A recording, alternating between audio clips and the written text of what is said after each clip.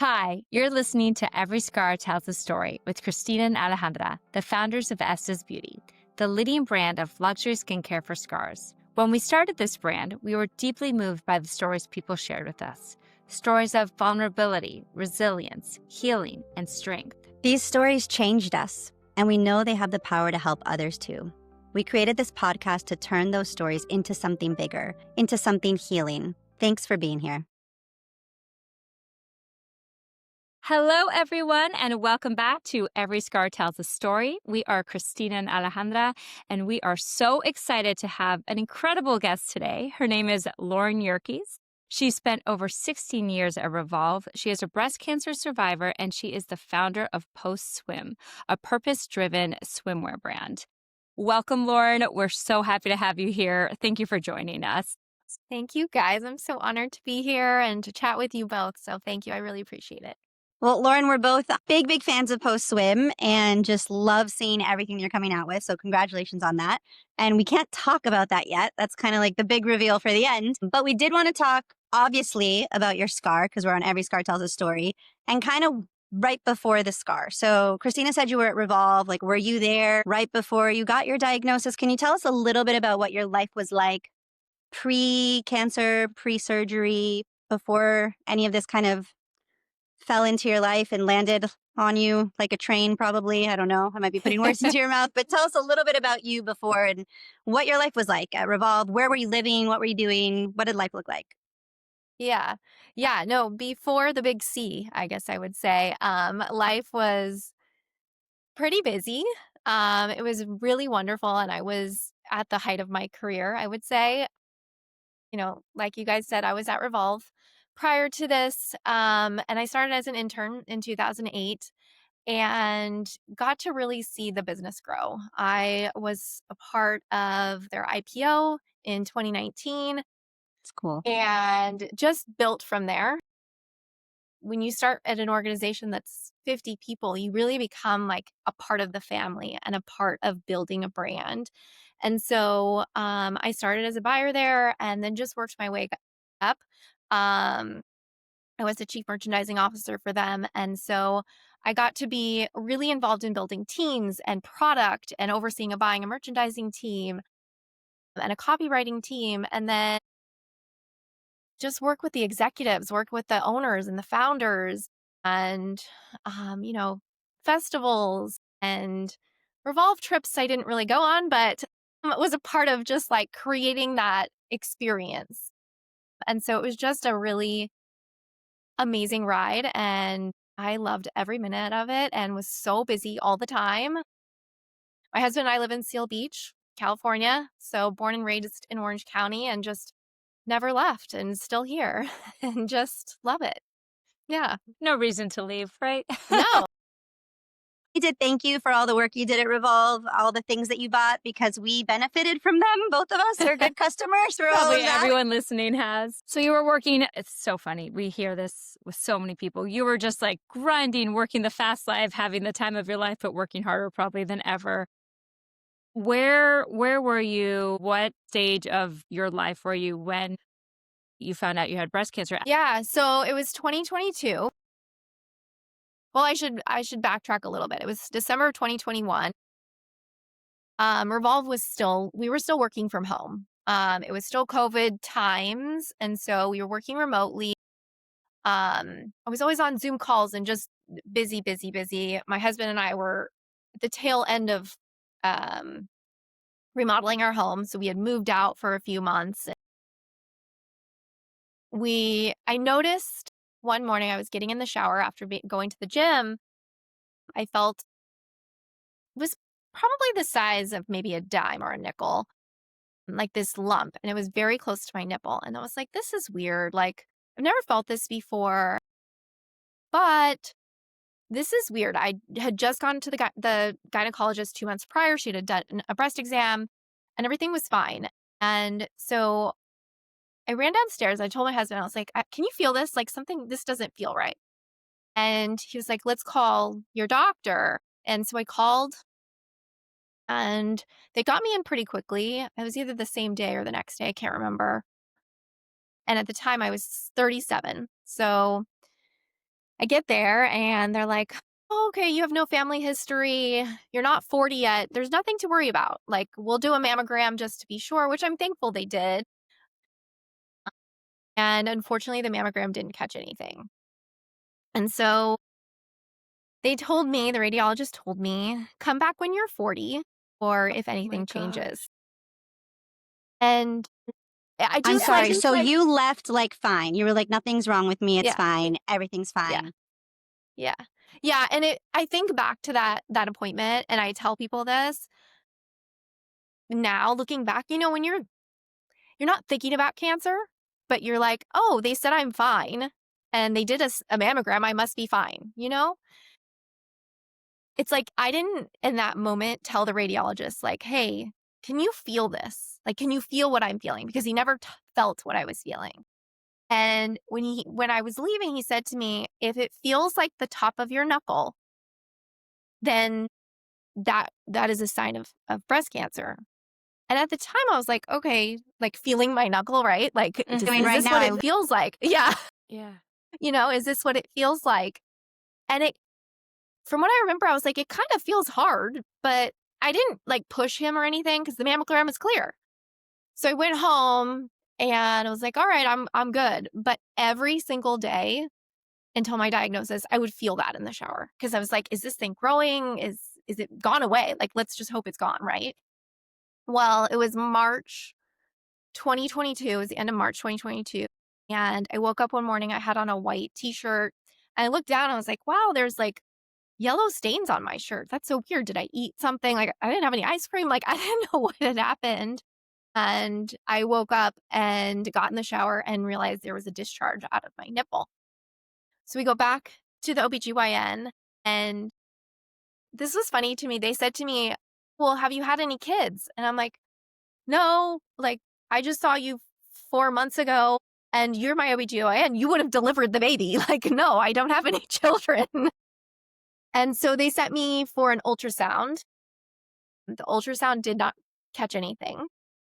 The same radiologist came in and he was like, I don't think it's anything. You're not 40. But let's do a biopsy just for peace of mind for you. I was like, okay, great. Like, finally we're gonna get this solved and whatever. That the biopsy was scheduled for April 1st, which is ironic, April Fool's Day. Funny joke on me. And then April 7th, 2022 is when I was diagnosed. I was working from home and got a phone call right before a meeting. And they asked me, are you sitting down? And automatically I knew something was wrong. Oh my gosh. Yeah. It was. I just got chills so many times in that story. The being sent home and being told you're fine is, Yeah. what did they say? Like, what do they say on that phone call? After, are you sitting down? Do you even remember? Did they give you like a stage? Like, did they say any? So when I got the phone call, I'll never forget, it was 10:51 a.m. on April 7th, 2022. And as soon as he said to me, are you sitting down? My husband was working from home that day, and I'm so glad he was. And I ran upstairs, and I remember hearing the radiologist say to me, invasive ductal carcinoma. I had no idea what any of that meant, but I knew carcinoma meant cancer. Yeah. And so I immediately handed the phone to my husband, and he's like, I don't know what he was doing. And he's like, what? I was like, you have to talk to the doctor. I can't, I don't know what he's telling me. And I hear on the phone, I hear the radiologist say to my husband, your wife has breast cancer. And I just broke down. My husband's face goes white and he's looking at me. He's getting tears in his eyes and I am shaking profusely. I can't even stand up. He talked to the radiologist for, I don't know, maybe 2 or 3 minutes and was just basically said, it's very treatable. We don't know what stage it is. We don't know what type it is, but you need to call your OBGYN for next steps. And we hung up the phone and that was the end of the conversation. It was so fast. Yeah, it was. Almost just started crying during that whole description of you and your husband having that moment. Sounds like a ridiculous question, but did you go into your meeting? Did you call the doctor right away? Did you guys just disconnect from everything and cry for an hour? What happened there? We cried for an hour.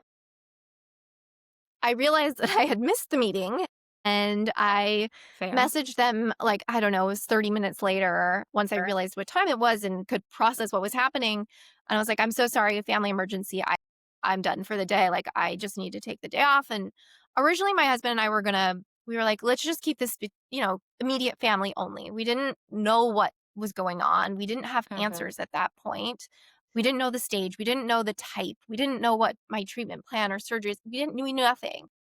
Yeah. And so we called my mom, we called my sister and my dad. And my dad lives in Idaho. He flew in the next day. My mom and my sister came over. They're very close.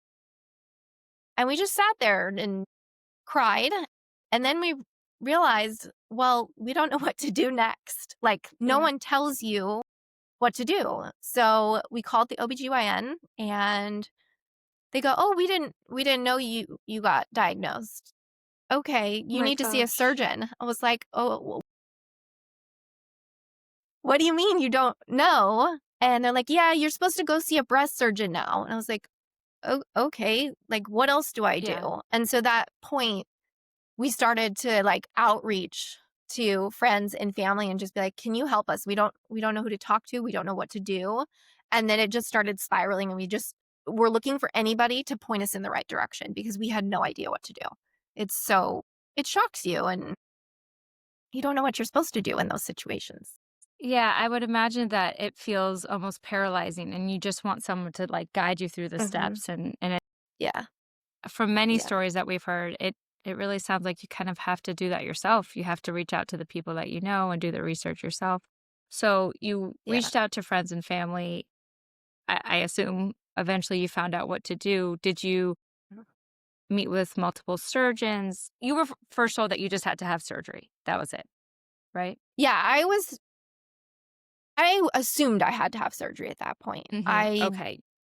I know. So the first stage when you are diagnosed is you meet with a breast surgeon. And so I met with two breast surgeons.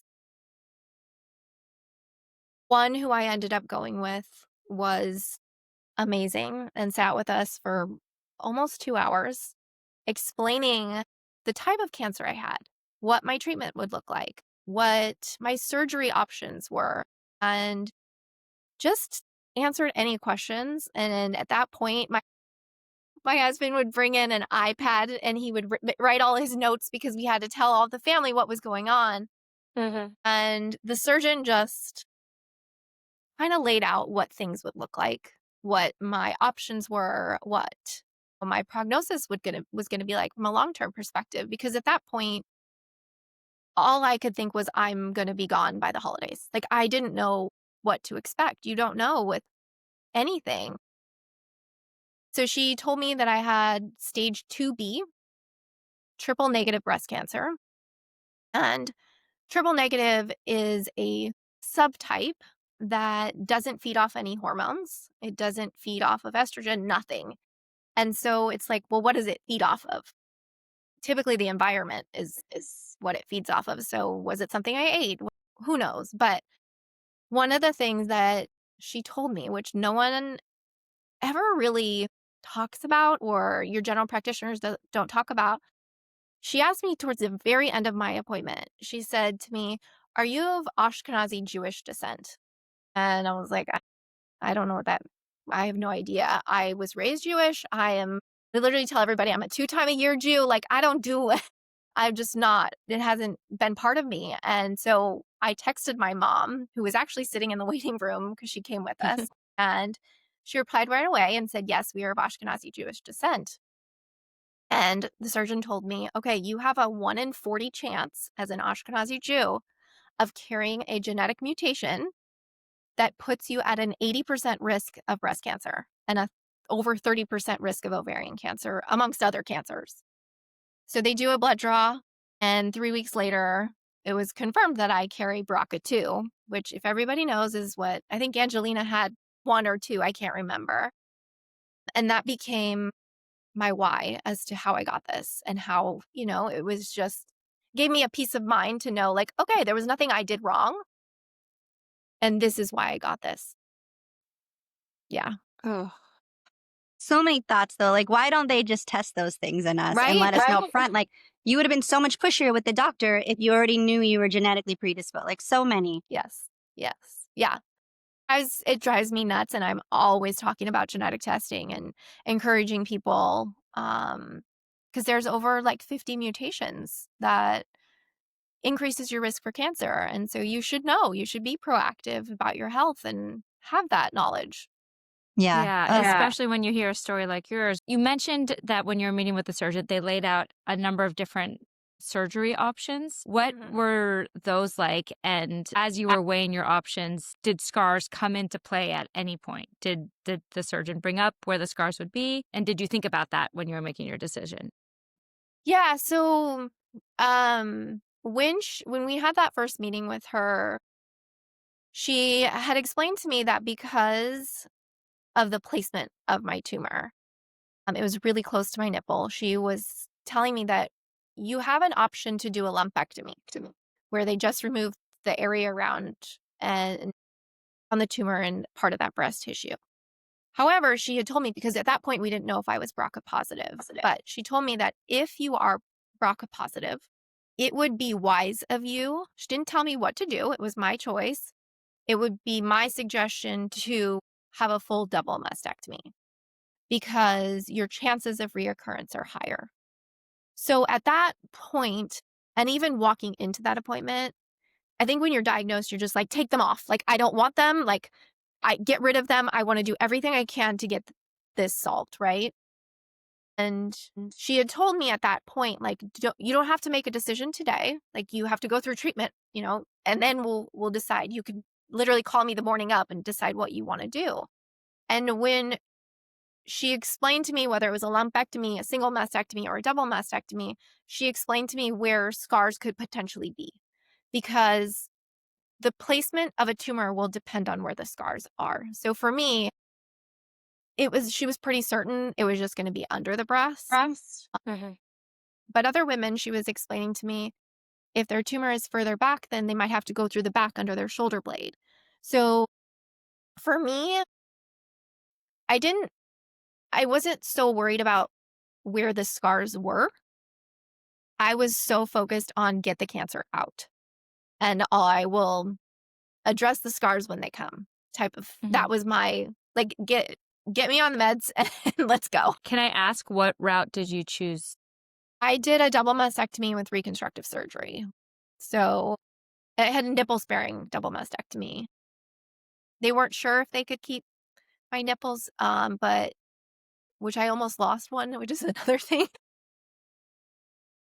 At some point, you have to laugh. I know it's like people who haven't been in hospitals or been sick are like, why are they laughing at this?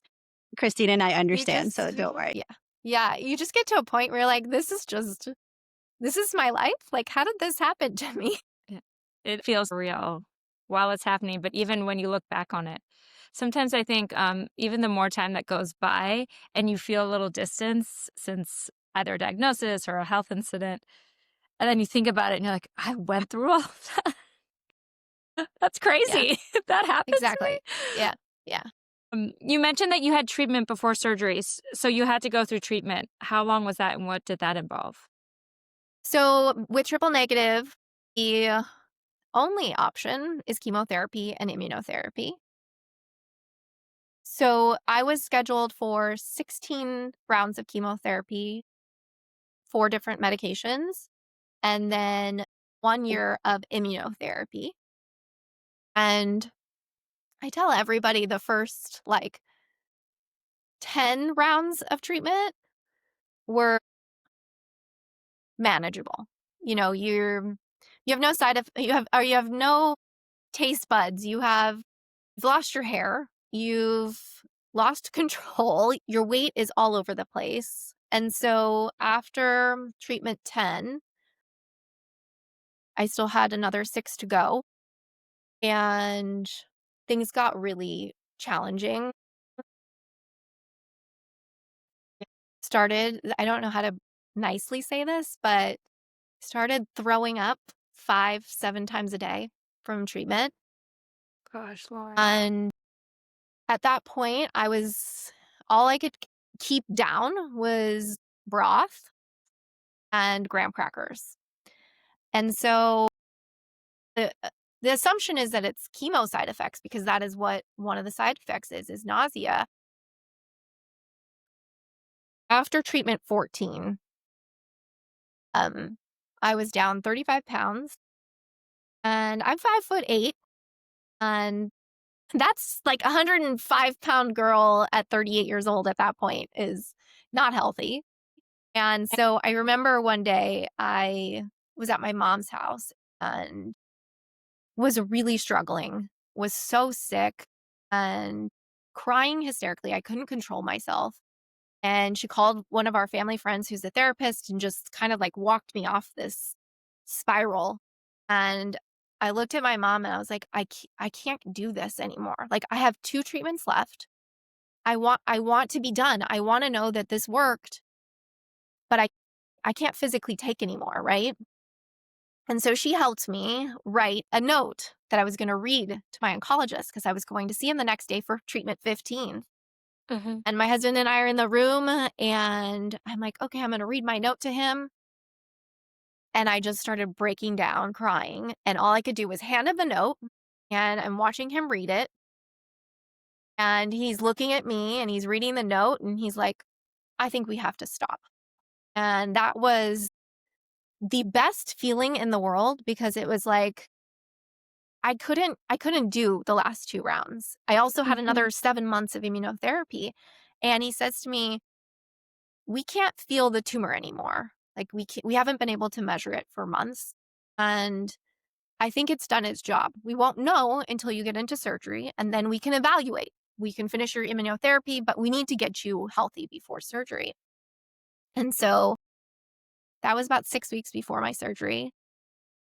November 2nd, I went in because I was going in for surgery on November 7th. November 2nd, I went in to see him and I was still in the same position, still throwing up. Still, it was 6 weeks after treatment.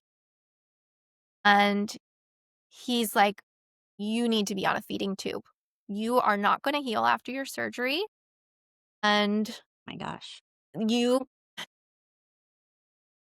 like the chemo is not what's causing this anymore. There's something going on. So they ended up doing an endoscopy. They found I had ulcers through my entire GI tract. That was what was causing all of the vomiting and for me to lose all this weight and keep nothing down. So I had a feeding tube placed on November 3rd, which was my husband and I's 10-year wedding anniversary, and then stayed in the hospital until my surgery on November 7th. So it was, Oh gosh. yeah. I don't recommend this, you guys. I do not. Wait, Yeah. so Go ahead, I'm just trying to like wrap my head around the timeline because that's manageable because the emotional part, I'm like a mess. I'm crying over here. I'm so sorry. Same. In March was when you found out, right? And then you had 14 rounds of chemo between March and November.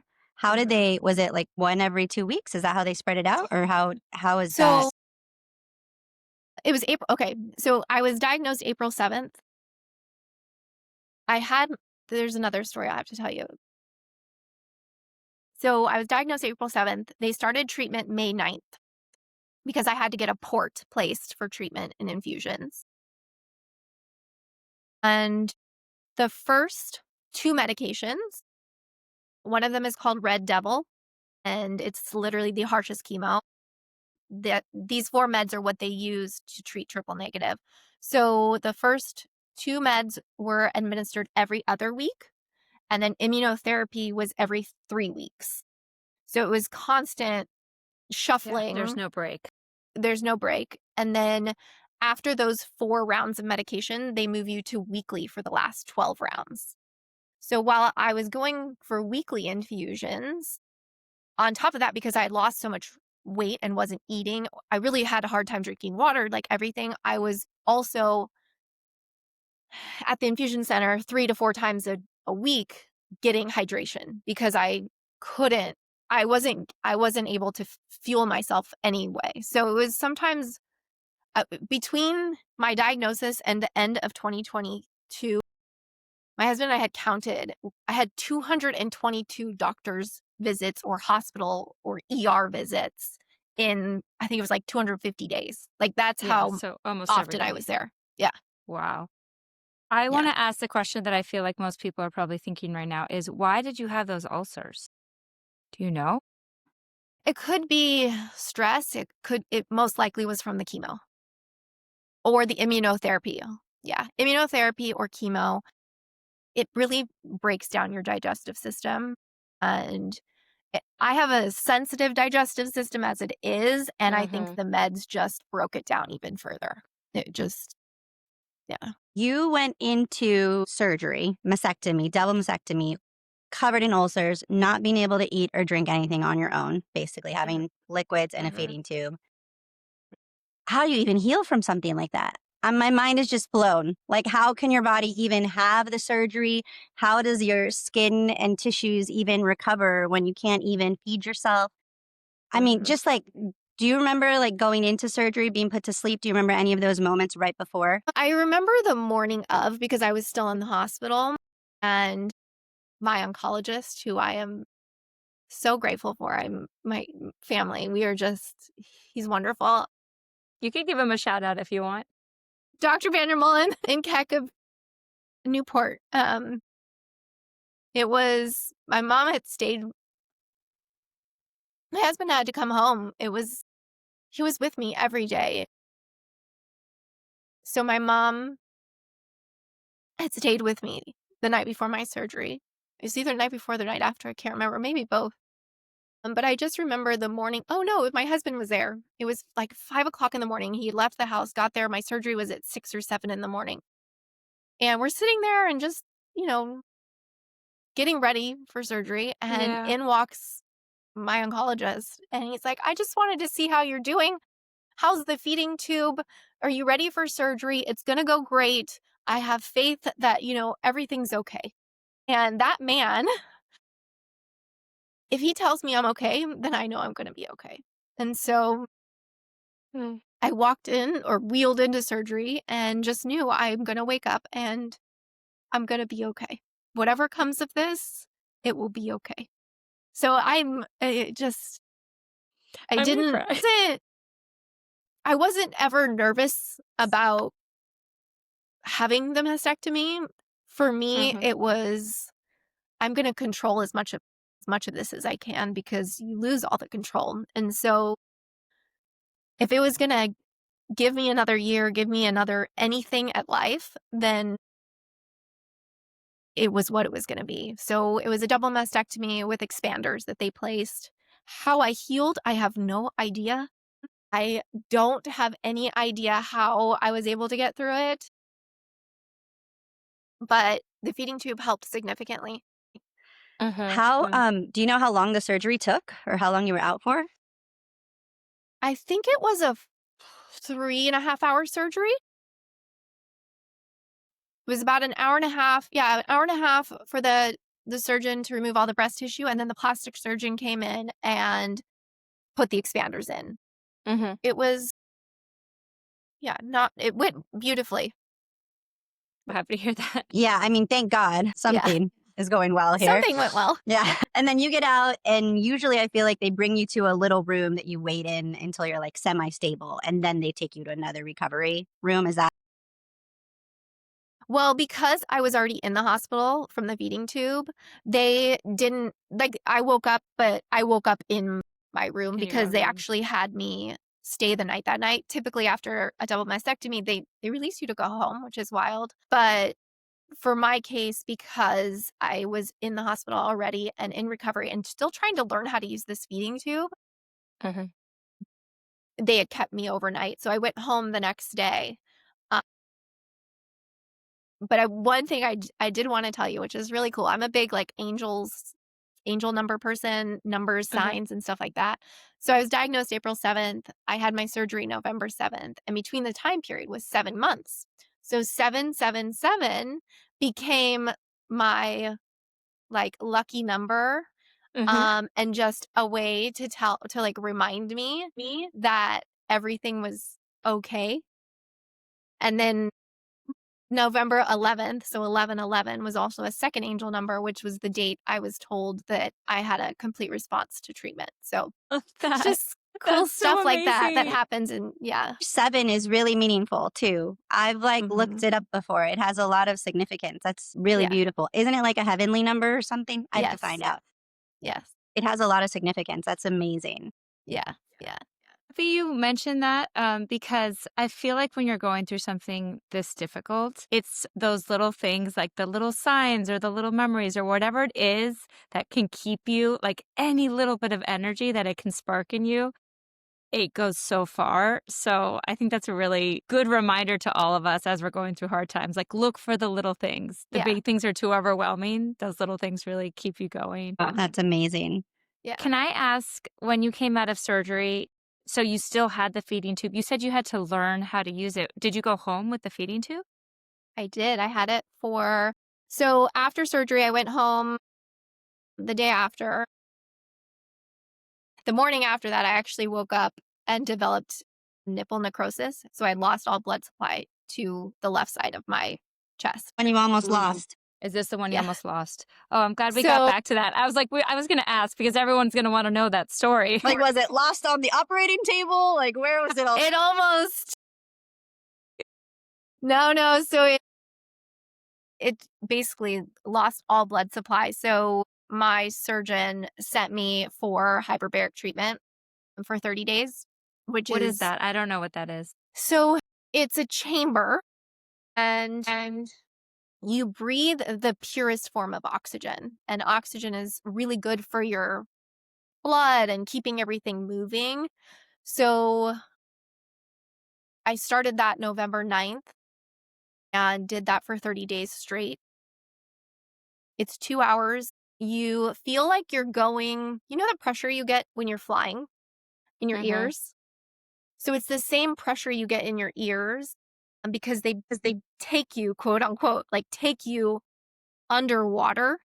I think it's is it 10,000 feet or some crazy amount underwater, so to speak, to breathe in this oxygen. And so the oxygen helped to fuel the blood supply back to the left side of my breast because you saved it.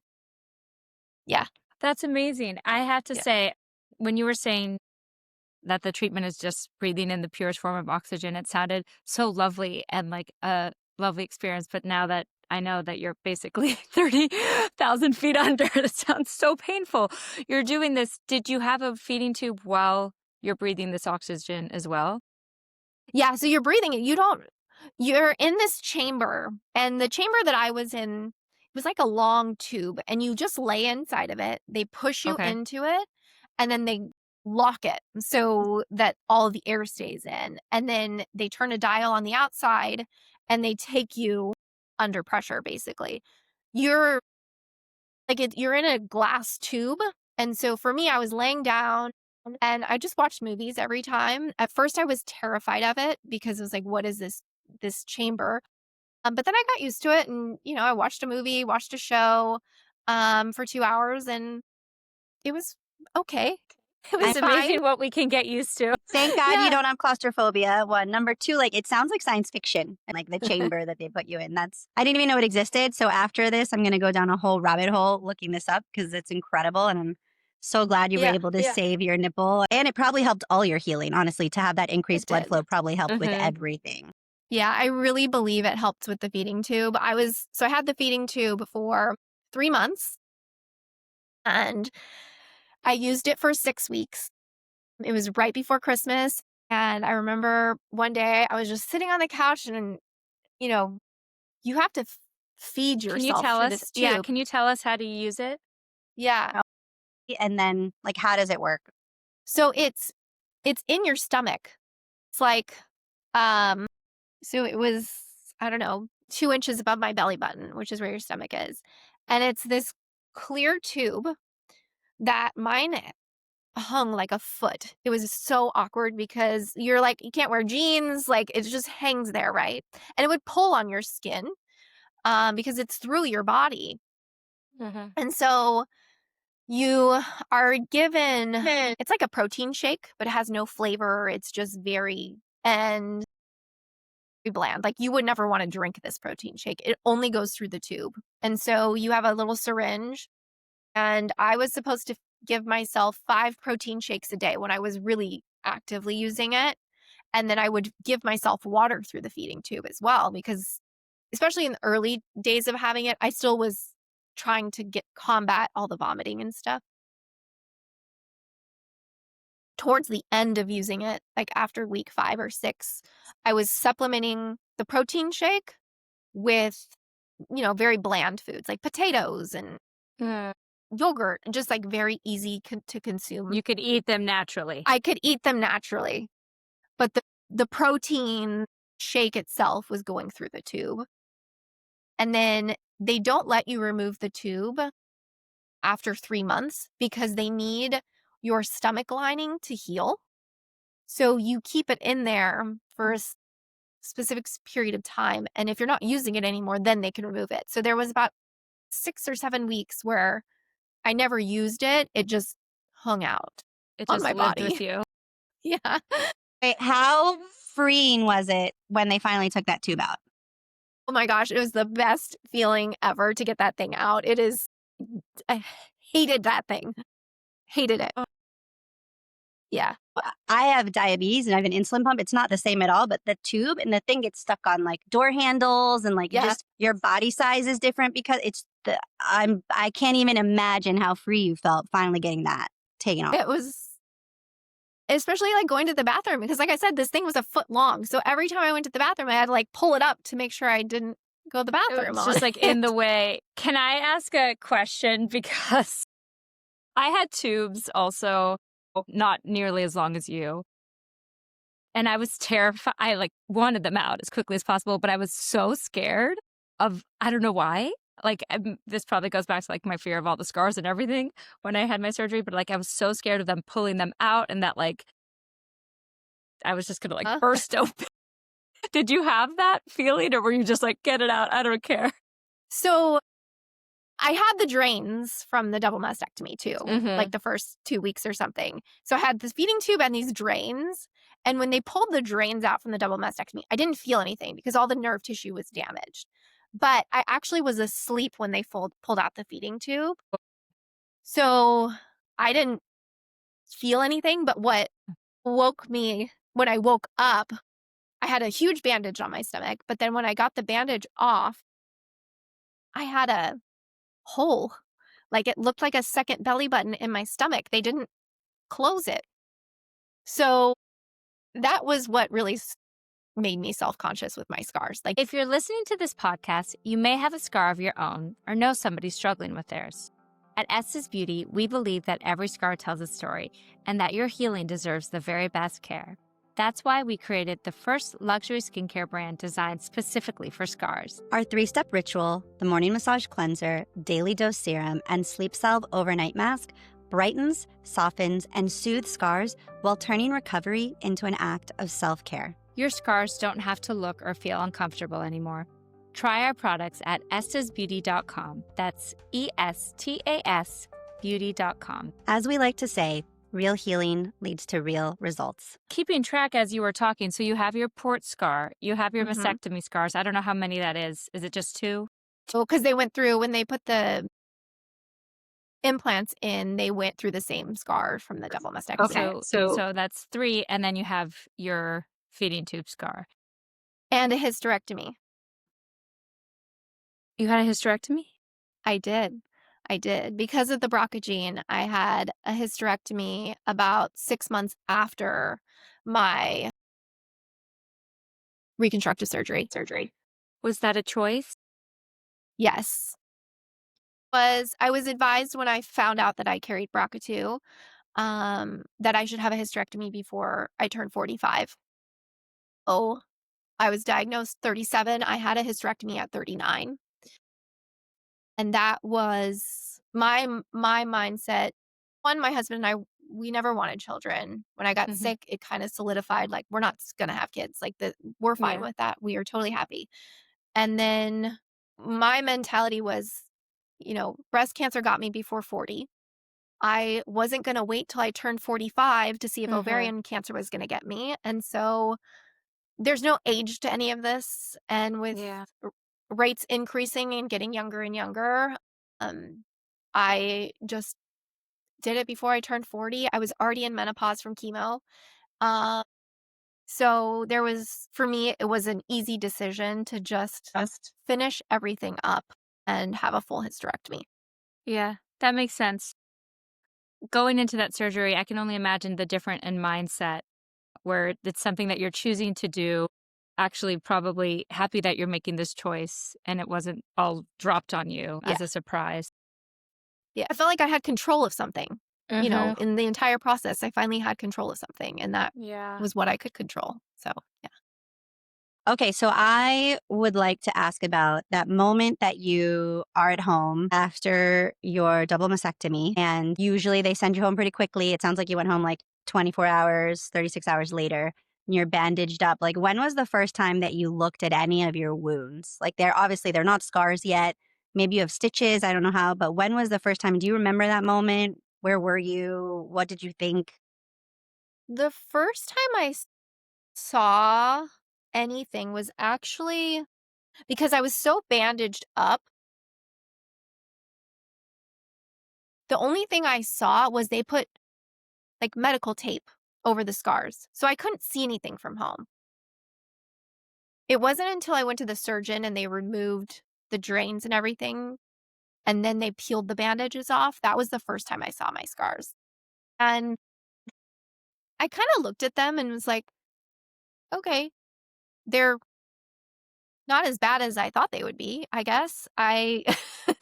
Um, I think I had like these expanders in that kind of makes you look like a little bit like an alien or something. Like, it was weird. So I was having a hard time between the scars and the expanders.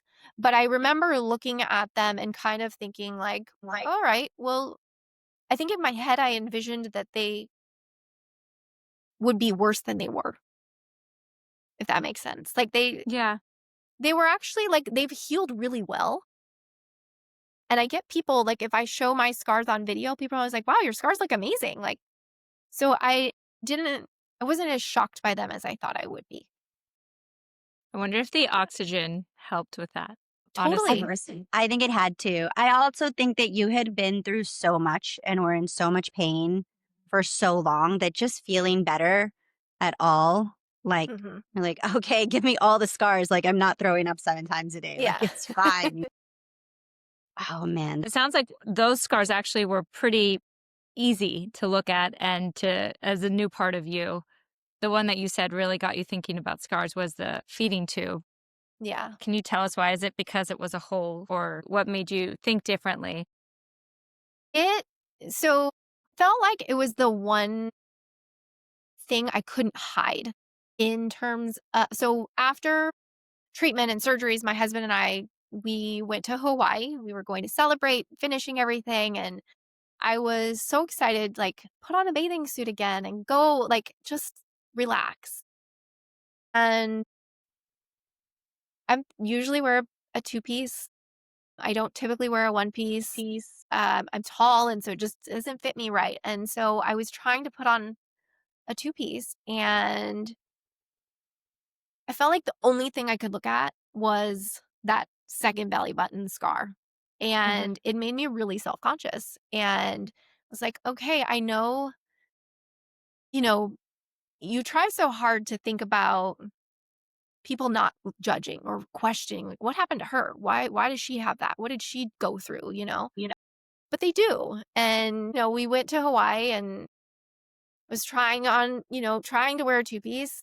And I felt like maybe no one was looking at me, but I felt like everybody was looking at me at the same time. Mhm. And that was really when I said to my husband, I don't feel comfortable. Like, this makes me very self-conscious. And that's when he encouraged me to do something. It's basically how the brand got started. It was it has since been closed up. When they did my hysterectomy, they closed it, but it's still a scar. Mhm. But that moment and that trip really was what set me into a position of more uncomfortableness than I had already And been on in. top of everything, you were going on this trip to relax and be comfortable for the first time in over a year. Yeah. Yeah. Wow. So this is sort of where post-swim came to be. Okay, Yeah. I think this is the perfect segue. Take us there. Yeah. Tell us about So post-swim. on top of that feeding tube hole, we'll say, after double mastectomy, and if you've had implants, my implants were over the muscle. They also, you get this effect of this rippling effect that you can see through your skin. So not only did I have this hole, but I had this implant rippling. And so I just, being at Revolve for so long, everything was sexy and fun. And, my bathing suits, they weren't skimpy by any means, but the ones that I had worn for so many years didn't fit the same. They didn't cover the things that I was now like learning to accept about my body. And so that's basically how post swim got started, is thinking about, the woman who's been diagnosed, thinking about what she's been through, whether she's had reconstructive surgery or not. Wherever she has gone, we focus a lot on scar coverage, but I say that in terms of being able to own and control your story, because you have no control when you are diagnosed with cancer, and all you want is that control back. And so why not allow somebody in an already vulnerable situation, and already putting on a bathing suit is vulnerable as it is, like why not try and give them that back? And so in all of my research and, years in the industry, I felt like nobody was talking to this breast cancer community and nobody understood from the swim space. Everybody had already done bras and served that, but as a Southern California native and somebody who goes to Hawaii all the time, it felt like a natural fit for me to use my career and my journey to create something. So, And I have to say, I have one of the bathing suits and you created something amazing. I get so many compliments every time I wear it. It fits beautifully. Like the neckline is so pretty. The fit is very Good. flattering. So if anyone's looking for a bathing suit that just really ups your confidence post swim, and your brand is relatively new. Yes. So we launched on April 7th, my 3-year cancerversary date. Of course, 7. Yes. And that was really just a way to take that day back. It was 3 days before my birthday, and it just was always lingering. And so now it's post swim's birth date instead of my love cancer that. date. Yeah. That's Yeah, incredible.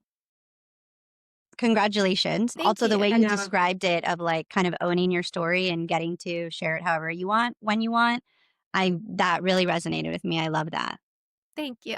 Thank you. You said something to me once, Lauren, that has stuck with me. And you said, all of us with scars have gone through so much pain in one way or another, no matter where your scar came from. And we feel this way with Estes as well. Like, if there's anything we can do to sort of relieve a little bit of that pain, that's a good day for us. So I just want to repeat that because it has stuck with me since you said it. And I do think with your swimwear line, what you're doing by helping women have the confidence to put on a bathing suit when they've been through so much helps relieve a little bit of that pain. If someone's going on their cancerversary beach trip and they actually do feel comfortable and don't feel self-conscious, that's the biggest win of all. Right. And that's so much of what you want, is that there's so much pain. And some days I look at my scars and they make me sad. And other days I look at them and they make me really proud. But you just want to be able to control your life, whatever you've been through that it brought you to that place. And so that's really what I want to try and do for women, is to give them that back. Well, thank you for that. We're really grateful and super grateful for your story. There were so many parts of it that I didn't know. This story, I mean, tears came multiple times to my eyes. I think Alejandra as well. So thank you for being so open with us. I need to ask one more scar question though, because what I've heard many times is that there's a lot of superstition, because we were at the breasties for one of Mhm. their conventions. Was that a year or two ago, Christina? And we met, obviously, a lot of breast cancer previvors, survivors, warriors, and a lot of them mentioned like superstition with getting their port removed and whether or not they would leave it in or take it out. If you're willing to share, did you have any of those feelings? Did you get it removed? Is it still there? What did you do with your port? I named my port Patty. So I named her because she was a part of me. So I had kept the port in for a few months after finishing treatment because once the oncologist said, we're done with chemo, we need to get you ready for your surgery. I had kept the port in. And then once they had confirmed that I had a complete response to treatment and I wasn't going to go through the remaining 7 months of my immunotherapy, my numbers were good in terms of my tumor markers, that talking to my oncologist was like, I feel pretty confident you're not going to need it again, so we can get it removed. And I was happy to get it out. They actually took it out. My surgeon took it out shortly before my expanders were put in. So it was 5 months after my last treatment that it was removed. And I was happy to get that thing out because every time you touch it, like I would be showering and it just was this weird knob. I didn't like the way it felt. So for me, I was good riddance. Bye, Patty. Like never want Bye, to see it Patty. again. So long. How do you feel about your port scar? It's pretty faded now. It's been almost 3.5 years. It's pretty faded now. Uh, it has like the skin itself has like a little divot, which is kind of strange, but it doesn't bother me. It is funny when I see people, like if we're at a pool or a beach or something, and I see like, oh, that person has a port scar. Like I kind of want to go up to them and be like, hey, I know what that is. Like I have one too, and like kind of show. Um, it's that one for me is like a little bit of a love hate. Like I love it because the medicine was administered and it saved my life, but I hate it because it just reminds me of what I had to do to stay alive. Yeah. It is the way you described it, though. It is when people say that they see their scars as a badge of honor, that's the ultimate badge of honor because, first of all, it's like where a badge goes. But like you said, it administered your medicine and saved your life. And you can see it on I like when I see someone else with an open heart surgery scar, it's like this instant, like, oh, we get each other. We Yeah. know. Yeah. It's a club that nobody wants to be a part of, but like once you're in, you're in. Totally. I tell people that same thing all the time. It's like when you hear somebody went through something similar, it's like, hey, you want to talk? Yeah, you get it. You just have this mutual respect and understanding. It it kind of makes you a little excited weirdly. I know. I totally know the feeling. Lauren, thank you so much for sharing your story.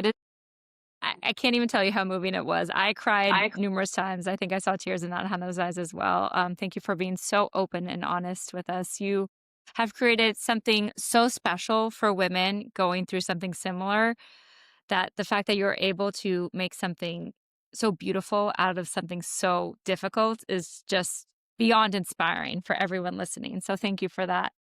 We like to ask our guests for a little something on the way out. So if you don't mind, do you have some sort of piece of advice for someone that's going through something similar, or some self-care practice that you've been doing recently that helps, or even that you were doing during treatment?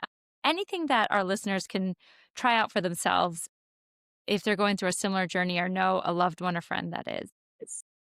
Yeah, so I get asked this question a lot, and I tell people try to, as challenging as it is, try to keep some level of normalcy that you used to do. So for me, I have a personal trainer, and so I would train with him 2 days a week, and I kept that up for as long as I could through my treatment. So keeping some form of whatever your normal is, for me, it was movement, walks, exercising, something that you have to look forward to. And then the other piece of advice, which I wish somebody would actually have given me this, and I had to learn about it towards the end of my treatment, is if you can and you're comfortable with it, get a therapist, because I didn't get one until the very end and I struggled a lot.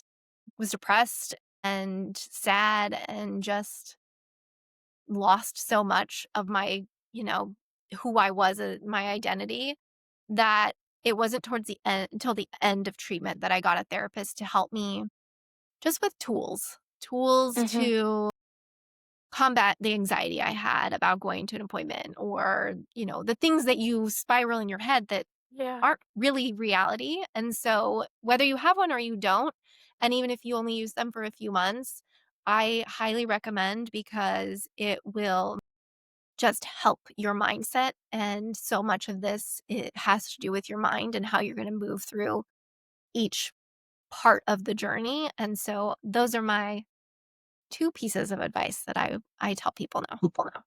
I love both of those pieces so much. Super important, mind and body. I mean, what else is more important than that? Yeah. Yeah, exactly. Well, Lauren, it was an absolute pleasure talking to you. Thank you for really everything that you've given to us. This is an amazing story. We are continued to be inspired by you, and we just love having you as a friend. Same. Thank you guys so much. It was so fun and I'm honored. So I really appreciate you including me. Thank you for listening. If today's story moved you, hit subscribe and share it with someone who needs to hear it. We'll be back next time. Until then, don't hide, heal.